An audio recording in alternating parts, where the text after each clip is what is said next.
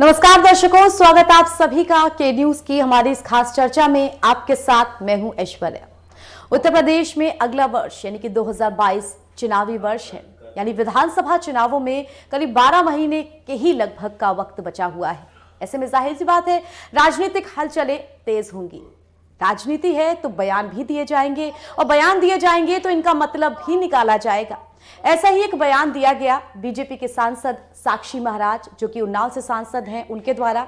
यह कहा गया कि हाल फिलहाल हुए बिहार के इलेक्शंस में भी असदुद्दीन ओवैसी की पार्टी यानी कि AIMIM ने उनकी मदद की थी। अपकमिंग जो उत्तर प्रदेश के इलेक्शन है उनमें भी करेंगे और वेस्ट बंगाल के इलेक्शंस में भी करेंगे। इस बयान से कि ठीक बात से विपक्ष का हमला भी जबरदस्त हो रहा है, और इस बयान से अलग अलग तरीके के जो मायने हैं वो भी निकाले जा रहे हैं। तो इस बयान को लेकर के ही आज हम चर्चा करेंगे, समझने की कोशिश करेंगे उन सभी बिंदुओं को, सभी समीकरण को। चर्चा का विषय रहेगा साक्षी का सच। उन्होंने बिहार में भी हमारा सहयोग किया था, यूपी में भी करेंगे और बाद में पश्चिम बंगाल में भी करेंगे।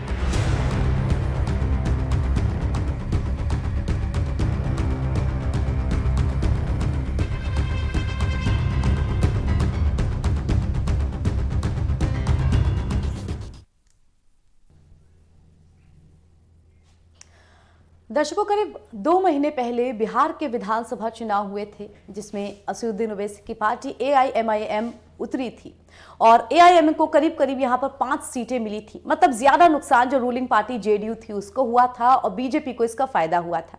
तभी से ये खबरें चर्चा में थी कि AIMIM बीजेपी की टीम बी तो नहीं है। इस क्वेश्चन मार्क को लेकर के काफी सारी चर्चाएं हुई, बाजार गर्म रहे इस बात को लेकर के कि बीजेपी को कितना फायदा वहां हुआ। और अभी कुछ वक्त पहले ही असदुद्दीन ओवैसी ने इस बात को डिक्लेयर किया है कि वो अगले विधानसभा चुनाव जो उत्तर प्रदेश में होने जा रहे हैं उसमें भी उनकी पार्टी लड़ेगी, अपने कैंडिडेट्स को उतारेगी। इसके बाद साक्षी महाराज का जिस तरह से बयान देना, हालांकि उन्होंने इस बात को भी कहा कि उनके बयान को तोड़ मोड़ के पेश किया जा रहा है, लेकिन चर्चा इसी बात को कि इस बयान का क्या मायने हैं, इस बयान का क्या मतलब निकाला जाए। हमारे साथ मेहमानों का एक पैनल जुड़ेगा इस चर्चा के लिए, लेकिन उससे पहले आप सभी को छोटी सी विशेष रिपोर्ट दिखा देते हैं और समझने की कोशिश करते हैं कि इस बयान के क्या मायने थे।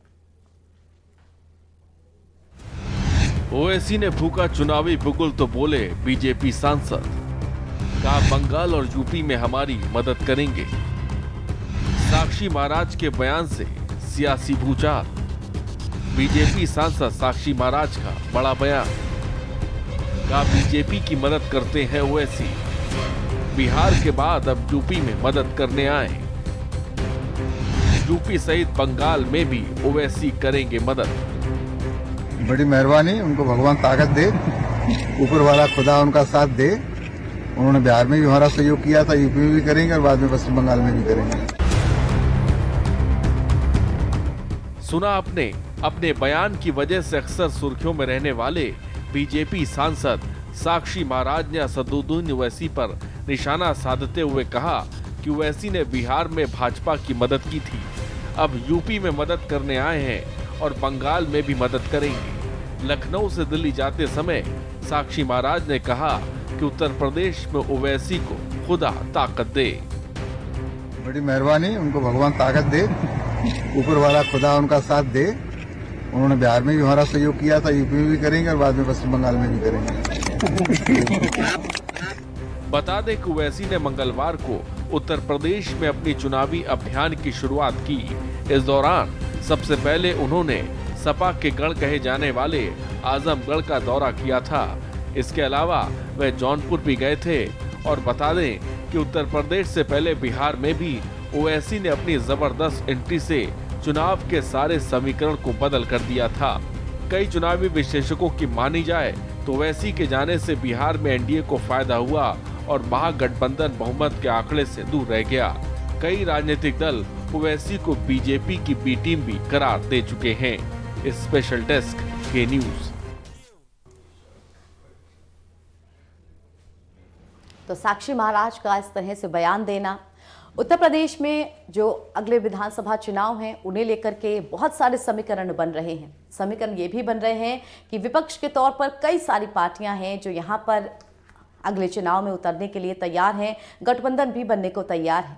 ऐसे में चर्चा करेंगे इसी मुद्दे पर हम कि इस बयान का क्या मायने निकल रहा है। हमारे साथ जो मेहमान जुड़ गए हैं, आइए उनका परिचय आपसे करा देते हैं।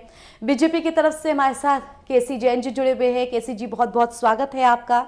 हमारे साथ सपा की तरफ से यासिर अजहर जी जुड़े हुए हैं। यासिर जी, बहुत बहुत स्वागत है आपका हमारी इस चर्चा में। और हमारे साथ वरिष्ठ पत्रकार अरविंद विद्रोही जी जुड़े हुए हैं। अरविंद जी, बहुत बहुत स्वागत आपका हमारी इस चर्चा में। अपनी चर्चा की शुरुआत केसी जी मैं आपके साथ करना चाहूंगी। साक्षी महाराज का बयान जो है सब जगह दिखाया जा रहा है, सब जगह इसी बात को लेकर के चर्चा हो रही है। आप इस बयान को किस तरह से देखते हैं? क्योंकि पार्टी का कोई जिम्मेदार व्यक्ति जो एक जगह से सांसद भी है, जब इस बात को कहता है तो उस बात के बहुत सारे सिरे निकल सकते हैं, बहुत सारे सिरे निकल भी रहे हैं, लेकिन समझने वाली बात जो लोग हैं वो समझ जाते हैं। आपसे जानना चाहेंगे। जी ने स्वयं कहा है कि हमारा कहने का वो तात्पर्य नहीं था जिस प्रकार से बात का मतलब निकाला जा रहा है। दूसरी बात यह है कि उन्होंने ये भी कहा कि हमारे बयान को कहीं ना कहीं तोड़ मोड़ के पेश किया जा रहा है।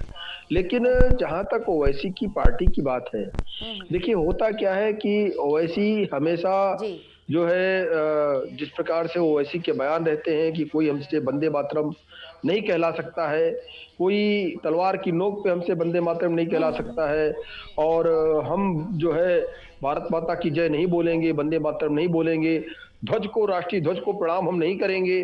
तो इस तरीके के जब भी बयान आते हैं तो जो लोग राष्ट्रवादी विचारधारा के जो लोग हैं, और खास करके जो लोग कह सकते हैं कि जिनके अंदर जरा सा भी जो बर्दाश्त नहीं कर सकते हैं कि जहां पर राष्ट्रीय हित के मुद्दे हों या भारत माता की बात हो या राष्ट्रीय ध्वज की बात हो, जो लोग ये महसूस करते हैं कि जब भी इस तरीके के बयान ओवैसी के आते हैं तो कहीं ना कहीं जो लोग अपने आप को अपमानित महसूस करते हैं, और जो लोग ये समझते हैं कि भारत माता के प्रति, राष्ट्र के प्रति ऐसे लोगों की कहीं पे भी कोई आस्था नहीं है। तो जब भी इस तरीके की बातें आती है तो जो लोग राष्ट्रवादी हैं और जो राष्ट्रवादी विचारधारा की पार्टी है उस तरफ लोग उन्मुक्त होते हैं। दूसरी बात है कि जो लोग वोट डालने नहीं भी जा रहे हैं, तो जब देखते हैं कि दूसरी पार्टी इस तरीके के बयान कर रही है, वो लोग इस तरीके से चुनाव में बढ़ चढ़ करके हिस्सा ले रहे हैं, तो आप देखिए फिर क्या होता है कि वोट का परसेंटेज भी बढ़ता है, फिर क्या होता है उसका लाभ भी मिलता है। तो इनडायरेक्टली तो कह सकते हैं कि कहीं ना कहीं जब इस तरीके के छद्म तत्व जब सामने आते हैं तो राष्ट्रवादी विचारधारा को भी बल मिलता है। तो ये कह देना कि दो चार लोग अगर इस तरीके के हैं, राष्ट्र विरोधी ताकतें हैं, और वो अगर इस तरीके के बयान देते हैं तो उससे कहीं पे राष्ट्र का अहित हो जाएगा, और जो लोग राष्ट्रवादी हैं, और लगभग सारे लोग देश के राष्ट्रवादी हैं, कुछ 1-8% को छोड़ करके, तो जो 1-8% है वो नगण्य नहीं रह जाता है, और उसका परिणाम भी दिखाई देता है फिर कि जो राष्ट्र के लिए जो बात करते हैं, देश के विकास के लिए जो बात करते हैं, देश के बाहर जा करके जो भारत देश की तारीफ करते हैं। इसके पहले क्या होता रहा कि बाहर जा करके यहाँ के बड़ी बड़ी पार्टियों के जो मुखिया थे उन्होंने बाहर जाके कहा कि भारत देश में स्लम बस्तियां हैं, भारत देश सपेरों का देश है, भारत देश तंत्र मंत्र का देश है। इस तरीके की जब बातें होंगी, और आज क्या हो रहा है, आज ये हो रहा है कि कोरोना की वैक्सीन हम सबसे पहले लेकर के आ रहे हैं। आज पूरे विश्व में भारत देश का डंका बज रहा है। तो जहां पर राष्ट्रवादी विचारधारा और दूसरी तरफ की छद्म विचारधारा जो इस तरीके की है, जब ये दो विचारधाराएं टकराती हैं तो बिल्कुल राष्ट्रवादी विचारधारा है वो बढ़ चढ़ करके सामने उभर करके आती है, और वही दिखाई देता है, और इसका परिणाम कहीं ना कहीं चुनावी परिणामों में भी दिखाई देता है। तो केसी जी, तो फिर आप केसी जी, तो फिर आप साक्षी महाराज जी के बयान से इत्तेफाक रखते हैं, या फिर ये आप साक्षी महाराज जी ने कहने के लिए कह दिया, ऐसा हो गया था इसलिए कह दिया, या फिर बयान को तोड़ मरोड़ के पेश किया जा रहा है, इससे इत्तेफाक रखते हैं? तो वही देंगे। और फिर दूसरी बात यह है कि हमने उनका पूरा बयान भी नहीं सुना है कि क्या उनके वर्ड टू वर्ड उनके क्या रहे, लेकिन हाँ जानकारी जरूर मिली है कि इस तरीके की बात माननीय साक्षी महाराज जी की सामने आई है। तो बिल्कुल कहीं ना कहीं बयान को तोड़ मरोड़ के पेश किया जा रहा है, और ये भी है कि जब कोई बात होती है तो उसी हिसाब से सामने वाला जवाब देता है। तो कई बार ठीक है, तो बयान को तोड़ मरोड़ के पेश किया जा रहा है। ठीक है केसी जी, दोबारा आऊंगी आपके पास। हमारे साथ अरविंद जी जुड़े हुए हैं। अरविंद जी, आपने जो साक्षी महाराज जी ने बयान दिया है वो भी सुना होगा, और अभी केसी जी ने जो बात कही वो भी सुनी होगी। सबसे पहले साक्षी महाराज के इस बयान को किस तरह से देखते हैं आप? क्या कोई बात थी जो बात ही बात में सामने आ गई, या फिर सही बात है कि तोड़ मरोड़ के पेश कर रहे हैं? देखिए, साक्षी महाराज जी का ये पहला मामला नहीं है उनके बयानों को लेकर के। और बयान वो देते हैं और उसके बाद वो मीडिया जगत को, पत्रकारों को कह देते हैं कि ये आप मीडिया जो है तोड़ मरोड़ के पेश कर रही है। अच्छा सा बयान साक्षी महाराज का कई बार सुनने के बाद कहीं से नहीं लग रहा है कि जो मीडिया में खबरें चल रही है या सारे लोग जो बात कर रहे हैं वो कहीं से तोड़ मरोड़ रहे हैं। उन्होंने कहा वही, अब कहे हुए वाक का शब्दार्थ तो ये कम से कम बहुत वरिष्ठ है, वो सांसद कई बार रहे हैं। उनको भारतीय जनता पार्टी को सलाह देनी चाहिए कि जो व्यक्ति अपने भावों को शब्दों में, वाक्यों में पिरो करके सही प्रस्तुति न कर पाए, उनको बैन करें कि मीडिया से ना बात करें। हम मीडिया कर्मी या समाज जो बात आप कहेंगे उसके सीधे सपाट अर्थ को समझेगा, ना कि उसमें गूढ़ रहस्य, कोई गूढ़ बात आगे पीछे प्रत्यक्ष अपरोक्ष समझेगा। साक्षी महाराज ने बहुत अच्छे से, और उनके साथ जितने समर्थक थे उन्होंने उनकी बात पर ताली बजाई थी। अपरोक्ष रूप से कौन मदद करता है, कैसे मदद करता है, ये राजनीतिक विश्लेषण का काम होता है, पार्टियां अंदर बाहर करती हैं। साक्षी महाराज के बयान से वो बात साबित हुई जो बात तमाम विपक्षी दल ओवैसी को और बीजेपी के संबंधों को लेकर कहते हैं। तो ये अगर उनके ऐसी बातों से उनको बचना चाहिए। अगर कोई भी तथा वरिष्ठ आदमी या मैं या आप, कोई भी, ऐश्वर्या जी, अगर उसको ये मालूम चल जाए कि वो जो बात कहना चाहता है वो कह नहीं पा रहा है, तो उसको मीडिया में बयानवीर बनने से परहेज करना चाहिए। सुलझे हुए अच्छे लोग भारतीय जनता पार्टी में हैं, जो पार्टी लाइन पर और समाज हित में जो कहना चाहते हैं उसका प्रस्तुतिकरण करते हैं। उनको कहने दे। केसी जैन जी ने इतनी देर बात किया, उन्होंने तो आपके सवाल को, जवाब को भी एक जिम्मेदारी के कारण कि मैं साक्षी महाराज के बयान का जवाब मैं नहीं दे सकता हूं कहते हुए उन्होंने बहुत अच्छे तरीके से अपने को बचाया। तो इसी तरह साक्षी महाराज भी तमाम प्रश्नों को टाल सकते हैं, लेकिन उनकी आदत में नहीं है। वो अपने बयानों से बार बार भारतीय जनता पार्टी को भी संकट में डालते हैं, और जब जो है मीडिया को कहते हैं कि तोड़ मरोड़ के पेश करते हैं। जी ऐश्वर्या, बिल्कुल बयान बहुत ज्यादा जिम्मेदारी से देनी चाहिए। अजहर जी, आपके पास में आऊंगी। हमने केसी जी का भी पक्ष सुना, हमने अरविंद जी से भी बातचीत की, इस पूरे प्रकरण को आप समझ रहे हैं। साक्षी महाराज ने जिस तरह से बयान दिया, और हाल फिलहाल कुछ ही दिन पहले जब ओवैसी उत्तर प्रदेश में उन्होंने ऐलान किया था कि वो अगले विधानसभा चुनाव में उतरेंगे, और उन्होंने ये भी कहा था कि सपा ने हमको करीब करीब 12 बार चुनाव में उतरने नहीं दिया, उतरने से रोका, और अब साक्षी महाराज का ये बयान, किस तरह से देखते हैं इन सब चीजों का? देखिए, साक्षी महाराज का जो बयान है वो हकीकत ये है कि मन की बात मुंह पर आई है। जिस तरीके से वो ऐसी राजनीति करते आ रहे हैं, जिस तरीके की उनकी राजनीति की प्रणाली है, वो सबके सामने जाहिर सी बात है कि वो इनडायरेक्टली सीधे बीजेपी को फायदा करते हैं, और बीजेपी को फायदा होता है। और वो जिस तरीके की मानसिकता की राजनीति करते हैं, जिस तरीके की धार्मिक राजनीति करते हैं, तो उसको बी पार्टी कहना कोई गलत बात नहीं है। रही बात इस एजेंडे की कि उनको 12 बार रोका गया, तो हर सरकार में जो राजनीतिक फैसले होते हैं वो इस तरीके से होते हैं कि कोई भी ऐसा बाहर का आदमी आकर के हमारे आवाम को, हमारी पब्लिक को भ्रमित ना करे, किसी तरीके का क्लेश ना बढ़े, किसी तरीके की धार्मिक त्रुटि ना हो। तो ओवैसी जी एक पर्टिकुलर धर्म की राजनीति कर रहे हैं। जिस तरीके से हमारा देश है, जिस तरीके से हमारे देश की संस्कृति है, हमारी संस्कृति में किसी भी पर्टिकुलर एक धर्म की राजनीति के लिए कोई जगह नहीं है। हमारे माननीय राष्ट्रीय अध्यक्ष अखिलेश यादव जी जिस तरीके से विकास की राजनीति कर रहे हैं, ऐसी ही राजनीति की इस वक्त हमारे प्रदेश को, हमारे देश को जरूरत है, जो हमें आगे बढ़ाएगी, और आगे उस तरीके से हम लोग का भविष्य उज्जवल होगा उसी तरीके से। तो इस एजेंडे का मतलब ये बिल्कुल जाहिर साफ तौर से बात है कि साक्षी महाराज ने जो कहा, जो उनके मन की बात थी, कि बिल्कुल ठीक है, उन्होंने बिहार में भी फायदा करा, यूपी आ रहे हैं तो यहाँ भी फायदा करेंगे। मगर एक बात मैं क्लियर कर दूं, यहाँ की जनता बहुत समझदार है। मैं क्योंकि मुस्लिम कम्युनिटी से आता हूँ, तो मैं एक बात बिल्कुल क्लियर कर दूं कि जनता विकास को वोट देगी, धर्म को वोट नहीं देगी, चाहे वो मुसलमान हो, चाहे वो हिंदू हो, एनीवन। केसी जी, आपके पास में आऊंगे अपने सवाल को लेकर के। साक्षी महाराज ने जिस तरह से कहा है कि अपना बयान दिया है, उसे लेकर के बार बार ये कहा जा रहा है सब तरफ से कि मन की बात मुंह पे आ गई है, पार्टी की पोल खुल गई है, जो चीज कहना चाहते थे वो चीज कह दी है उन्होंने। बिहार के इलेक्शन से भी इसको जोड़ के देखा जा रहा है, किस तरह से फायदा हुआ वहां पर, क्या कहेंगे इस पर? बात यहाँ पर विचारधारा की, देखिए अलग अलग विचारधारा के लोग हैं और जिस प्रकार से राष्ट्र विरोधी विचारधारा, क्योंकि वंदे मातरम ना कहना, भारत माता की जय ना बोलना, आपको एक ठीक है केसी जी आपको एक बार हम साक्षी महाराज का वो बयान भी सुनवा देते हैं। पहले छोटा सा बयान है उनका, वो भी सुन लीजिए आप, फिर आप समझ जाएंगे कि एग्जैक्ट उनके शब्द क्या थे। एक बार प्लीज वो बयान देखना चाहेंगे। बड़ी मेहरबानी, उनको भगवान ताकत दे, ऊपर वाला खुदा उनका साथ दे। उन्होंने बिहार में भी हमारा सहयोग किया था, यूपी में भी करेंगे और बाद में पश्चिम बंगाल में भी करेंगे। जी केसी जी, साक्षी जी के साफ शब्द हैं कि बिहार के इलेक्शन में भी उन्होंने हमारी मदद की, आने वाले यूपी के चुनावों में भी करेंगे और अपकमिंग जो वेस्ट बंगाल के इलेक्शन है उसमें भी करेंगे।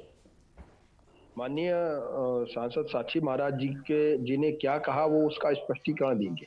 जिस प्रकार से वो कह रहे हैं कि मेरे बयानों को तोड़ मोड़ के पेश किया जा रहा है, उनकी क्या मंशा थी, किस सवाल के जवाब में उन्होंने क्या कहा, ये तो स्पष्टीकरण वही देंगे। लेकिन जहां तक ओवैसी को बी पार्टी कहा जा रहा है भारतीय जनता पार्टी की, उसके बारे में स्पष्ट कर देना चाह रहा हूं कि ऐसी कोई बात नहीं है। हाँ, ये जरूर है कि जिस प्रकार से अभी हमारे समाजवादी पार्टी के साथी कह रहे थे कि माननीय समाजवादी पार्टी के राष्ट्रीय अध्यक्ष जो है वो विकास की राजनीति कर रहे हैं। अरे देखिए, जो पार्टी सबसे ज्यादा तुष्टीकरण की राजनीति करती रही उसको कह रहे विकास की राजनीति, तो तुष्टीकरण की राजनीति का ही परिणाम रहा कि 50 सीटों पे आके सिमट गए। दूसरी बात ये है कि जो पूरा प्रदेश जानता है कि कौन तुष्टीकरण की राजनीति करता है। ये सिर्फ पीड़ा इनको इस बात की है, लेकिन मैं तो राजनीति करती है, धार्मिक राजनीति करती है।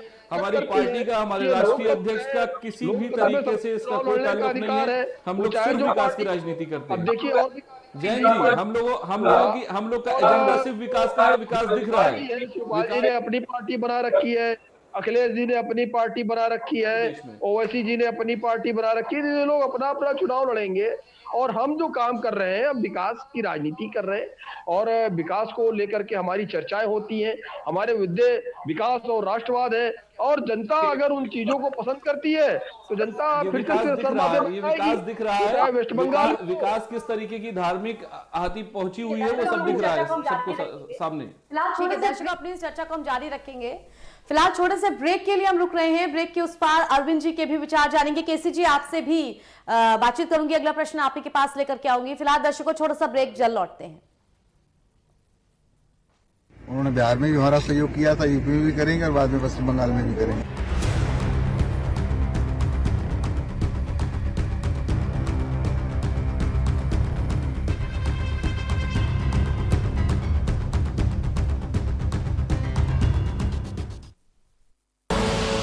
आप देख रहे हैं के न्यूज, खबरों का सारथी।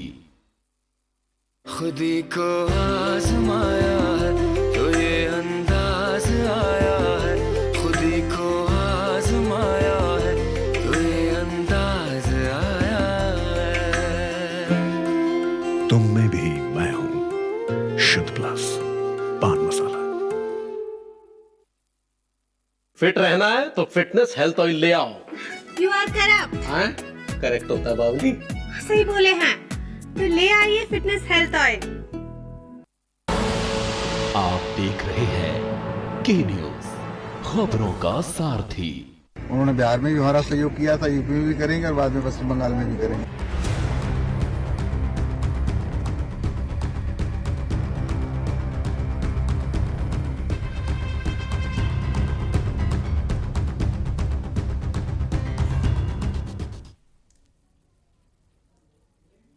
ब्रेक के बाद स्वागत आप सभी का हमारी इस चर्चा में। हम इस बात को लेकर के अपने मेहमानों के साथ बातचीत कर रहे हैं। साक्षी महाराज का बयान जिस तरह से एआईएमआईएम की पार्टी को लेकर के आया है कि उन्होंने बिहार के इलेक्शंस में भी हमारी मदद की थी और अब यूपी और वेस्ट बंगाल में भी मदद करेंगे। हमारे साथ इस चर्चा में मेहमान जुड़े हुए हैं, वरिष्ठ पत्रकार अरविंद जी जुड़े हुए हैं। अरविंद जी, बीजेपी के ऊपर काफी लंबे वक्त से इस तरह के इल्जाम लगते रहे हैं, इस तरह की बातें होती रही हैं कि ओवैसी जो है वो बीजेपी की टीम बी है। बिहार में विधानसभा चुनाव हुए, जिस तरह से ओवैसी की पार्टी 5 सीटें लेकर के आई और एक बड़ा फायदा जो था वो एनडीए को हुआ, गठबंधन को काफी ज्यादा इससे नुकसान हुआ।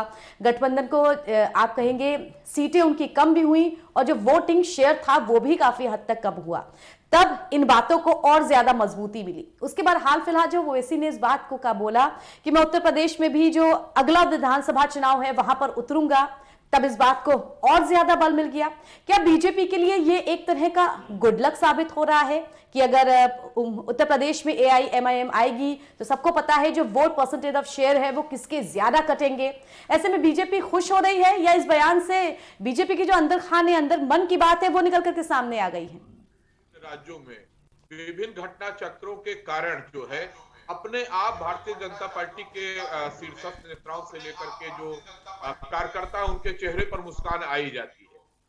ये बहुत कुछ भारतीय जनता पार्टी के शीर्षस्थ नेता से लेकर कार्यकर्ता मेहनत भी करते हैं और बहुत कुछ राजनीति में ऐसा घटनाक्रम और सहयोग भी हो रहा है कि उनको अपने आप भी कुछ बढ़त मिल जा रही है, कुछ क्रिया की प्रतिक्रिया वाले मत और समर्थन भी अपने आप भारतीय जनता पार्टी को मिल जाते हैं। ऐश्वर्या जी, हम लोग पत्रकारिता जगत से हैं तो कुछ बात जो है ऐतिहासिक जो तथ्य हैं पिछले इस विधानसभा चुनाव की बात सब लोग करें। साक्षी महाराज जी ने कहा कि भाजपा ने एक तरह से ओवैसी के कारण भाजपा को मदद की। पिछला बिहार विधानसभा चुनाव था, नीतीश कुमार जी और राष्ट्रीय जनता दल कांग्रेस मिलकर लड़ रहे थे। समाजवादी पार्टी के मुखिया उस समय मुलायम सिंह यादव थे और उनके बिना बात किए हुए वहां पर सीटें डिक्लेयर कर दी गई। गठबंधन के नेता भी मुलायम सिंह यादव बनाए गए। मुलायम सिंह यादव, प्रोफेसर रामगोपाल यादव जी ने तय करके वहां बिहार में समाजवादी पार्टी के उम्मीदवारों को उतार दिया। उस समय पूरे देश की राजनीति में लोग कहने लगे कि समाजवादी पार्टी भारतीय जनता पार्टी की बी पार्टी है।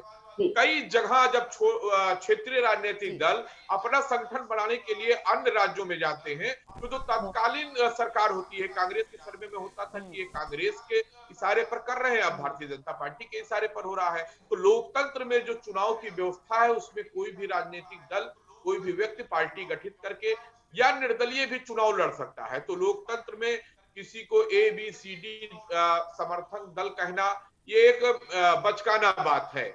ऐसी बात नहीं होती है। सारे राजनीतिक दल अपने को बढ़ाते हैं।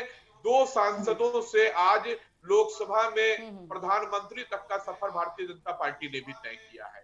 तो बहुत से भी राजनीतिक दल हैं जिनके पास 2, 4, 5 विधायक हैं, 4 सांसद हैं। अगर वो जनता का विश्वास अर्जित कर लेंगे तो देश के लोग उनको जो है वोट देंगे, तो वो भी सांसद चुन करके सांसद से फिर प्रधानमंत्री की बना सकते हैं। बिल्कुल अरविंद जी, जो राजनीतिक पार्टियां होती हैं परिस्थितियों के हिसाब से अपनी A, B और C सारी पार्टियां बदलती हैं। अजहर जी, साक्षी महाराज का बयान आया, सबसे पहले जो प्रतिक्रिया आई उसमें समाजवादी पार्टी की तरफ से ही आई। क्या ये समझा जाए कि ओवैसी ने भी जिस तरह से आजमगढ़ में अखिलेश और सपा के खिलाफ ये बात बोली थी कि मुझे 12 बार चुनाव लड़ने से रोका गया, या फिर सबको ये भी पता है कि जब AIMIM उत्तर प्रदेश में विधानसभा चुनाव लड़ेगी तो एक वोट बैंक उनका भी बनेगा और उस वोट बैंक की वजह से सपा का जो वोट बैंक है वो भी कम होगा। क्या ये इस चीज को लेकर के रिएक्शन था? नहीं, बिल्कुल नहीं मैडम, मैं इसको बिल्कुल क्लियर कर दूं बार बार कि आज की डेट में पब्लिक बहुत समझदार है। मैंने पहले भी कहा, फिर मैं कह रहा हूं कि पब्लिक आज की डेट में विकास को वोट करना चाहती है। विकास की ही राजनीति हमारी पार्टी करती चली आ रही है। हमें इनके आने और जाने से किसी तरीके का कोई फर्क नहीं पड़ता। मैं आपको बताऊं, मैंने फिर अपनी बात को कोट करूंगा कि मैं एक मुस्लिम कम्युनिटी से आता हूं। हमारे देश को, हमारी मुस्लिम जनता को, हमारे हिंदू जनता का, जितने भी हमारे सब साथी यहाँ प्रदेशवासी हैं, इन सबको ऐसी राजनीतिक पार्टी चाहिए जो विकास की राह पर हमको आगे लेकर के जाए। ऐसी पार्टी नहीं चाहिए जो किसी एक पर्टिकुलर धर्म की बात करती हो, चाहे वो मुसलमान हो, चाहे वो हिंदू हो, चाहे वो कोई भी अलग धर्म हो, जो सबको लेकर के चले, जो सबको साथ में लेकर के चले। हमें ऐसी पार्टी के शरण में रहना है, चलना है। और माननीय हमारे राष्ट्रीय अध्यक्ष अखिलेश यादव जी का एक एजेंडा है विकास, और वो विकास के ही राह पर आगे बढ़ रहे हैं और हम सभी लोग उनके साथ पुरजोर तरीके से हैं। ठीक है, केसी जी, आपके पास अपने आखिरी प्रश्न को लेकर के, जिस तरह साक्षी महाराज का बयान सामने आया उस बयान पर हम सब इस वक्त चर्चा कर रहे हैं, क्या ये मान लिया जाए, जिम्मेदार व्यक्ति जो कि खुद सांसद हैं, उनकी तरफ से ऐसा बयान आना, बिना सोचे समझे ये बात बोल देना, फिर इस बात को लेकर के अपनी सफाई देना, फिर ये बोलना कि इस बात को गलत तरीके से पेश किया गया, कितना जायज मानते हैं आपको उस पार्टी के लिए जो प्रदेश में भी रूल कर रही है और सेंटर में भी जिसकी गवर्नमेंट है, उसका रिप्रेजेंटेटिव ऐसी बात कहे तो?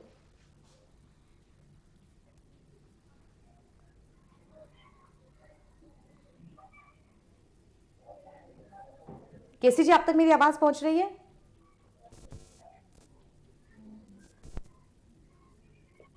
केसी जी, आप तक मेरी आवाज पहुंच पा रही है? चलिए एक बार फिर से संपर्क साधने की कोशिश। जी अर्जा जी बोलिए। मैं कवि भी हूं, एक 4 लाइन से मैं पूरा माहौल बता देता हूं क्या है। रुक ना पाएगा अभी जोम है इतराएगा, होश आएगा मगर वक्त गुजर जाएगा, इससे पहले कि गिरे फर्श पे बेबस होकर वो अभी और बुलंदी पे नजर आएगा। ये हकीकत है मैडम। चलिए दर्शकों, इसी के साथ अपनी चर्चा को हम यहीं पर समाप्त करते हैं।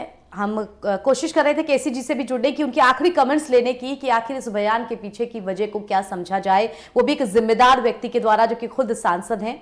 पर फिलहाल सबको धन्यवाद देने का वक्त। बहुत धन्यवाद हमारे साथ जुड़ने के लिए अरविंद जी। केसी जी, आपके साथ जुड़ने के लिए बहुत धन्यवाद। यासिर जी, आपका भी बहुत धन्यवाद हमारे साथ जुड़ने के लिए। और इसी के साथ दर्शकों, फिलहाल इस चर्चा से मुझे इजाजत दीजिए। देश दुनिया के तमाम खबरों के लिए के न्यूज के साथ बने रहिए। बिहार में भी हमारा सहयोग किया था, यूपी में भी करेंगे और बाद में पश्चिम बंगाल में भी करेंगे।